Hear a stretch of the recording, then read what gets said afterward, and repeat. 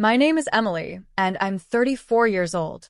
Life hasn't always been easy, but I've done my best to make the most of it. Raised by a single mother after my father passed away when I was just in kindergarten, my childhood was filled with challenges. Yet, despite the struggles, our small family of three, my mother, my younger sister, and I, found joy in the little things. We didn't have much money, but we had each other. Growing up in such an environment shaped me into someone who valued financial independence and hard work. Even as an adult with a stable job and a decent income, I maintained the frugal habits I'd learned as a child. I thought those values would serve me well when I married Stephen. He was someone I met through a mutual acquaintance, and at first, he seemed perfect. Stephen was wealthy, charming, and kind, at least on the surface. He opened a door to a world I had never experienced, and I was drawn to it. Little did I know, stepping through that door would eventually lead to the unraveling of everything I believed about love, marriage, and trust. Stephen and I came from vastly different backgrounds, and it didn't take long for those differences to emerge after we got married. He had grown up in a household that adhered to traditional gender roles, where the man earned the income and the woman managed the home. I, on the other hand, was fiercely committed to my career and my financial independence. Before we got married, Stephen had casually suggested that I should consider becoming a full-time homemaker. He assumed I would embrace the idea of taking on domestic duties, but I was clear about my intentions. I told him I wanted to continue working, at least until we had children, and I emphasized how this would benefit us financially. He reluctantly agreed, but as time went on, it became apparent that his agreement was more of a passive acquiescence than genuine support. Balancing my job and the responsibilities of running a household proved to be much harder than I had anticipated. I was a full-time employee, yet my evenings and weekends were consumed with cooking, cleaning, and managing every detail of our home. Stephen, who saw himself as the traditional husband, did nothing to help. He would come home from work, sit down for the dinner I had prepared, and then spend his evenings relaxing while I cleaned up. The imbalance was exhausting, and it left me feeling more like a live-in maid than a partner in our marriage. Despite my growing frustrations, I kept my feelings to myself. I didn't want to rock the boat by complaining, fearing he might insist that I quit my job altogether. But deep down, I couldn't help but wonder if this was really what marriage was supposed to be. I had hoped that starting a family might bring us closer and give us a shared purpose. However, our relationship had grown so distant that the thought of having children felt almost impossible. Still, I decided to bring up the subject one evening, hoping that we could at least have an honest conversation about it. "Hey, Stephen," I began hesitantly, "I think we should start thinking about having kids."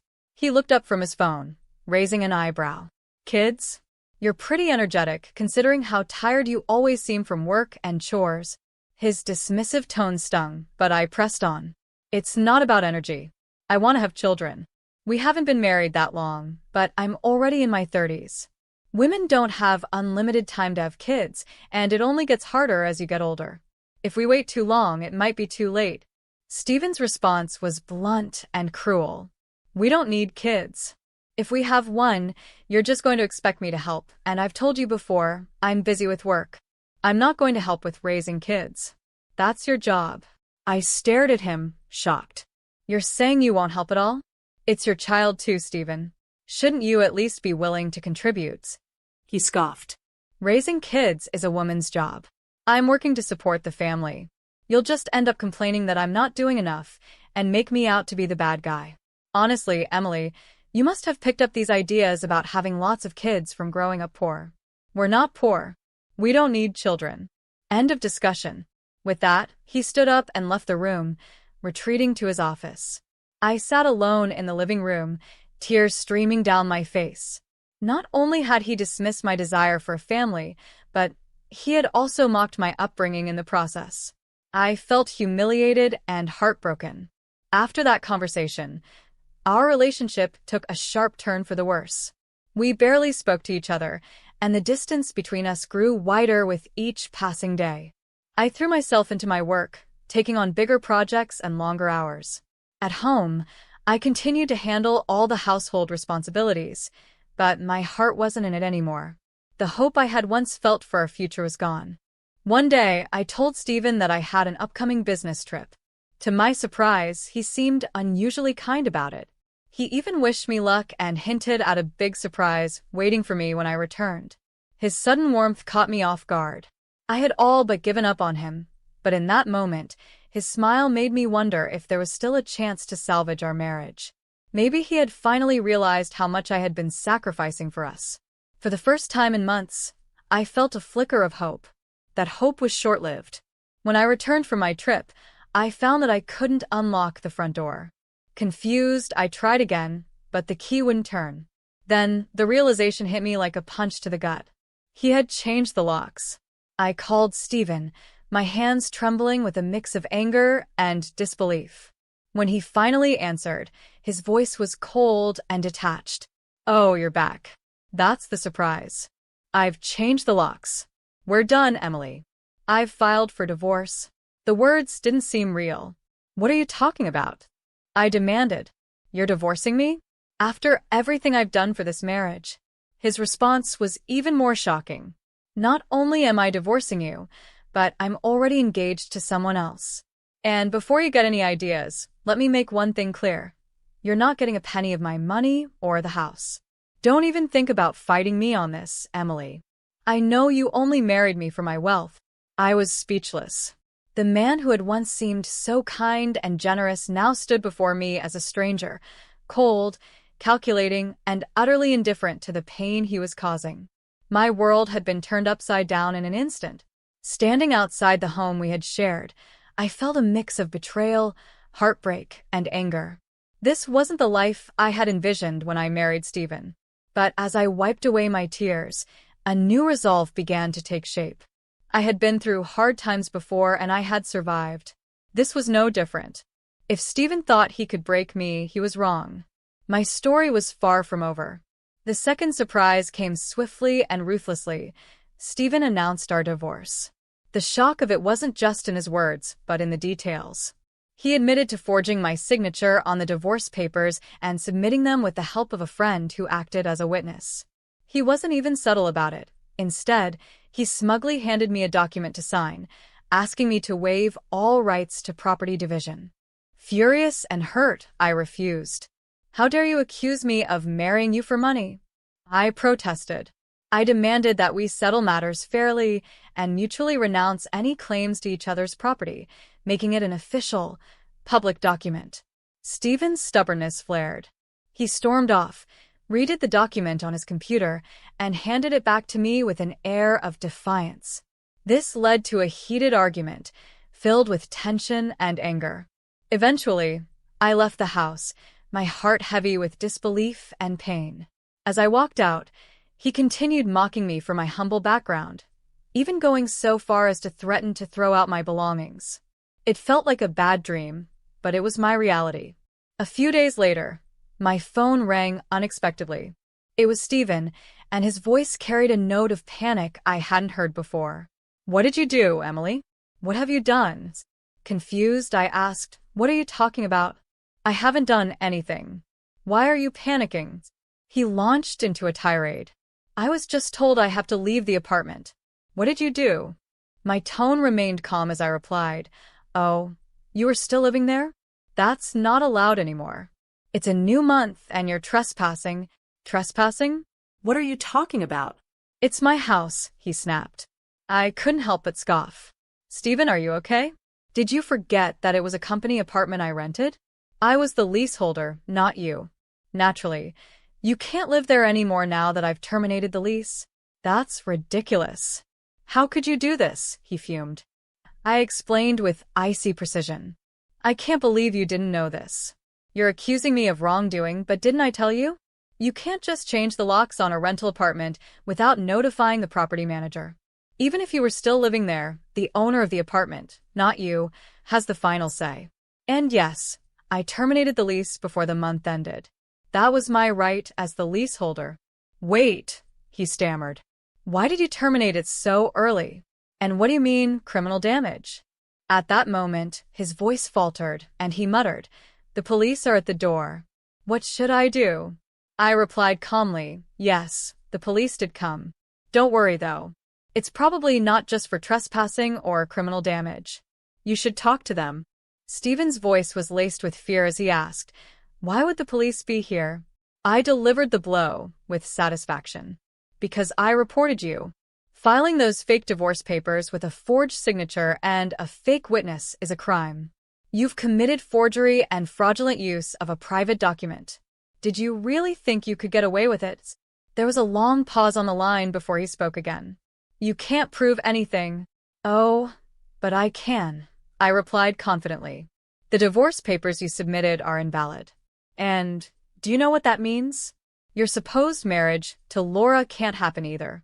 You're still legally married to me. Stephen's voice cracked. How do you know about Laura's? Did you think I was oblivious? I shot back. I hired a private investigator. They uncovered everything. Your affair with Laura, the fake divorce, even the grand wedding ceremony you held while I was supposedly away on a business trip. He let out a nervous laugh. Your business trip was a lie?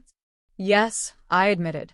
I took time off work to gather evidence and prepare the necessary documents.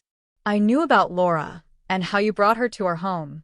I couldn't have managed all of this while working full-time. For a moment, there was only silence on the other end. Then, in a subdued voice, Stephen pleaded, please, Emily, don't tell Laura about this. She doesn't know. Why would I tell her anything? I said sarcastically. After all, you're still legally my husband. Laura's the one who'll need to pay compensation for getting involved with a married man. Stephen's voice rose in panic. What do you mean, compensation? Oh, I sent her a formal demand for reparation yesterday. It's on its way to her house now. She'll find out soon enough. You sent her a letter? He exclaimed. Why would you do that? Because she deserves to know the truth. She didn't know you were married, right? Well, now she will. And there's nothing you can do about it, I replied coolly. Stephen's voice trembled as he mumbled, I have to stop this. I'm going to Laura's house right now to intercept that letter. Before I could respond, he hung up. I imagined him racing to Laura's house, desperate to intercept the registered mail. But I knew it wouldn't work. The letter was addressed specifically to Laura, and only she could sign for it. A few hours later, Stephen called me again, his voice heavy with defeat. He recounted what had happened when the postman arrived. Apparently, Stephen had tried to intercept the letter, but the postman refused. I'm practically a resident here, Stephen had argued. I have the right to receive her mail. The postman had stood firm. Sorry, sir, but this is registered mail for Laura. Only she can sign for it. Stephen had grown agitated, demanding the envelope, but the postman wouldn't budge. Just as the argument escalated, Laura appeared at the door. What's going on here? She asked. The postman turned to her with a polite smile. This is for you, ma'am. I'm sorry for the disturbance. As Laura signed for the letter, Stephen stood frozen, realizing he had lost. Hearing the frustration and despair in his voice now, I couldn't help but feel a sense of satisfaction. He had underestimated me at every turn, and now he was facing the consequences of his actions. My life was far from perfect, but this time, I wasn't going to let anyone walk all over me. Now I'll be on my way. That was the last thing Stephen said as he stormed out of Laura's house, his expression filled with a mix of frustration and desperation. Just as he was leaving, Laura's voice rang out, sharp and full of confusion. Wait, what's this? A demand for reparation? Stephen, you were married? What's going on here? Stephen stopped in his tracks, trying to regain his composure. He turned back to her, feigning an apologetic look. Laura, I can explain. It's not what it seems. She's just my ex-wife from a long time ago. I was embarrassed to tell you I'm divorced, that's all. I'm sorry for keeping it a secret. Laura's face was a mixture of anger and disbelief. If she's your ex-wife, then why is she demanding reparation? If you were divorced before we started dating, there shouldn't be any problem, right? Stephen hesitated, searching for an excuse. Well, you see, my ex-wife she's crazy. She's probably demanding reparation out of spite because I got married again. That's all this is, just her being vindictive.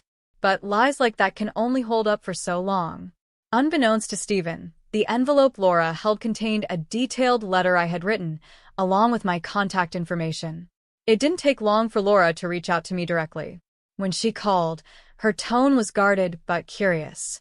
"Hi, is this Emily? I just received a letter from you. It's about Stephen," she began cautiously. "Yes, it is," I replied.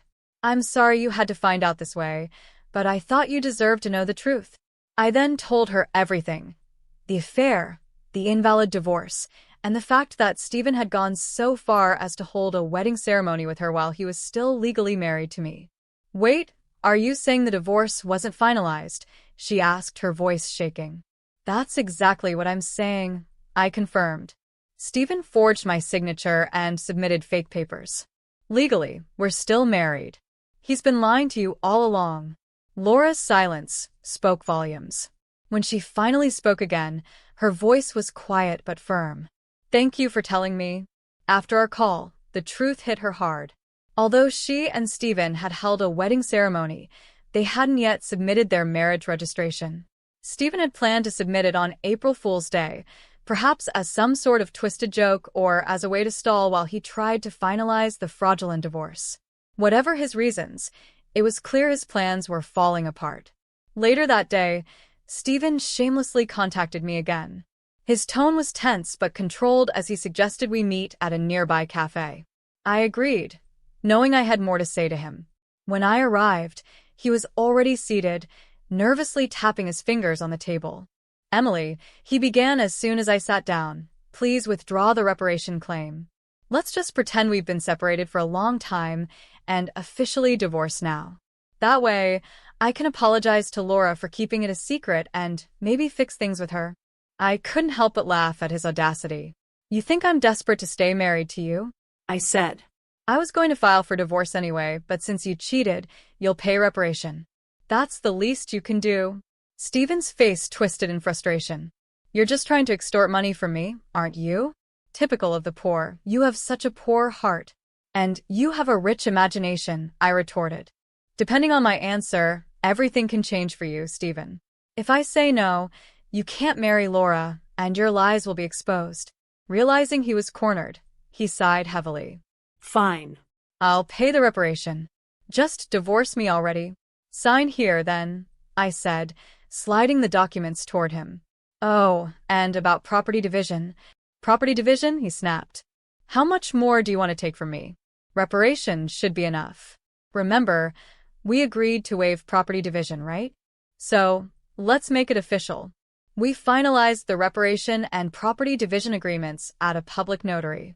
Then, we headed to City Hall to submit the divorce papers, officially ending our marriage.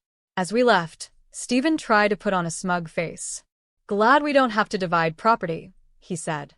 I stopped and looked him straight in the eye. "What are you saying? I'm the one who benefits from that. By the way, do you even have assets left after paying me reparation? Laura will probably claim damages too." Stephen's expression faltered. She mentioned charging me for the wedding expenses, but that's impossible. I'm marrying Laura, so there should be no problem." I shook my head, amused by his delusion.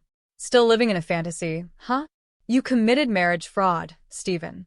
You had a wedding while still married to me. Do you really think Laura still believes you?"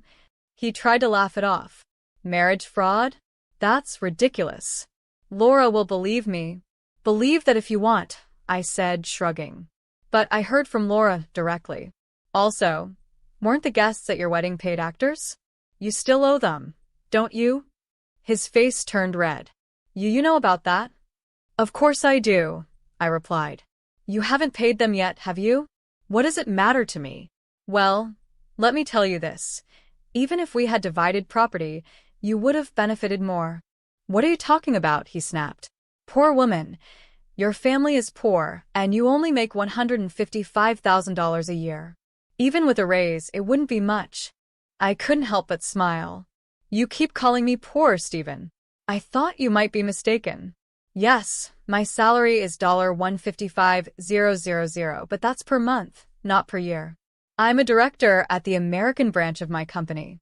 My annual income is $1.8 million. Stephen's jaw dropped. That can't be true. Of course it is, I said.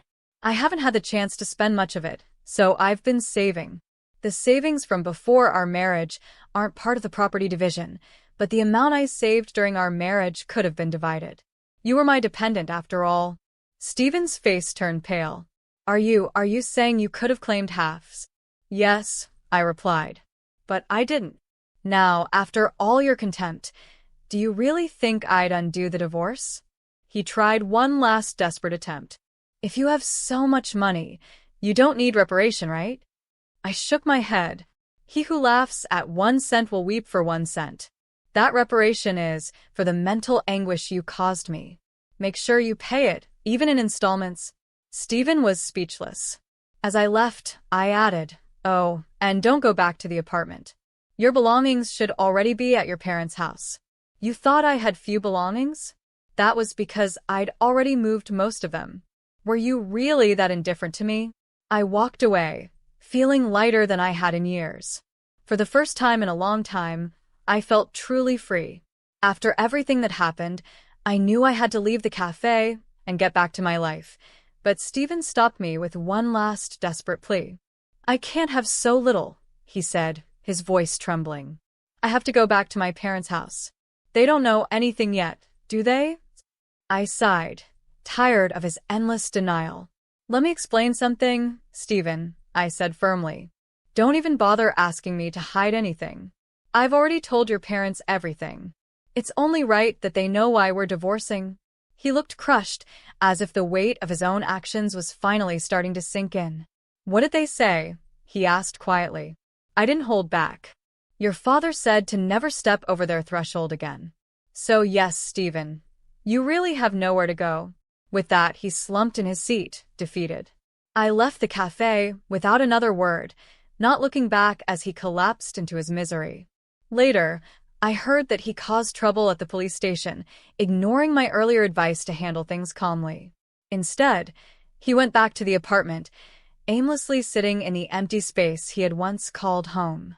The manager eventually found him there and called the police, who detained him. Whether it was for obstructing public duties, trespassing, or the falsified divorce papers, I didn't know. Eventually, his parents took responsibility for him. When Stephen's parents reached out to me, they were both embarrassed and apologetic. After hearing everything, including details about his affair with Laura, they decided their first priority was to make amends. They went to Laura's house, kneeling in front of her family to apologize. They settled everything quietly, paying Laura's damages and even covering the expenses of her ill-fated wedding to Stephen. Though I had expected them to press charges for marriage fraud, they chose not to. It was disappointing, but I decided I wouldn't let Stephen escape accountability so easily.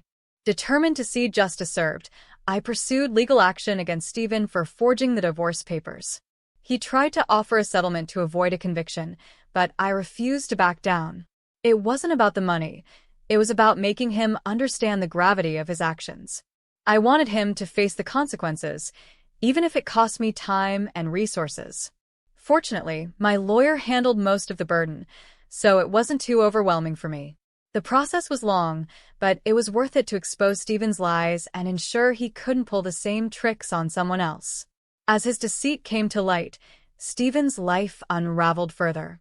His company found out about the marriage fraud and his run-ins with the police, which led to his termination. With no job and no place of his own, he was forced to live with his parents. They were far stricter with him than I had anticipated. They not only paid my reparation and Laura's compensation, but also devised a plan to make Stephen work until he repaid every penny. He ended up at a relative's construction company, working long hours for meager pay. His father took all his earnings, leaving him with just $5 a day for food.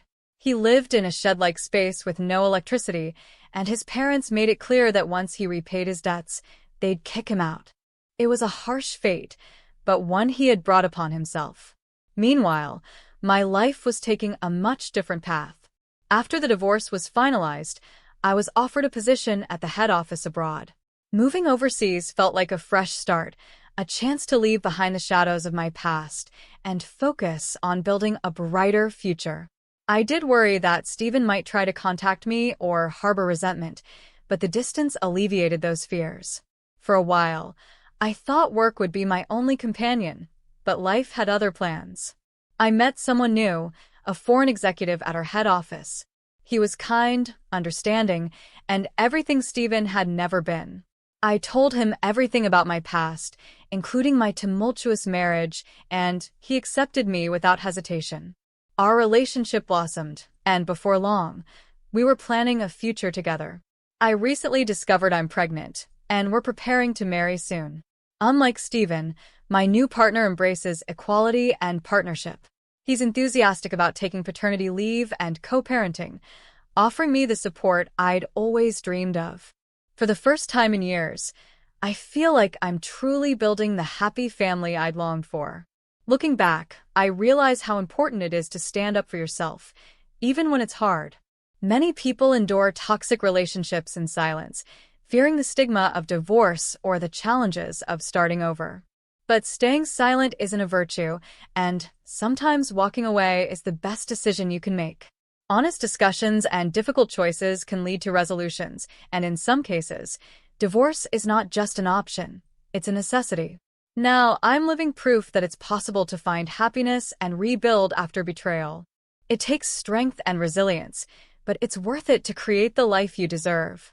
As I prepare for this new chapter, I feel confident and optimistic. The past is behind me, and the future feels full of promise.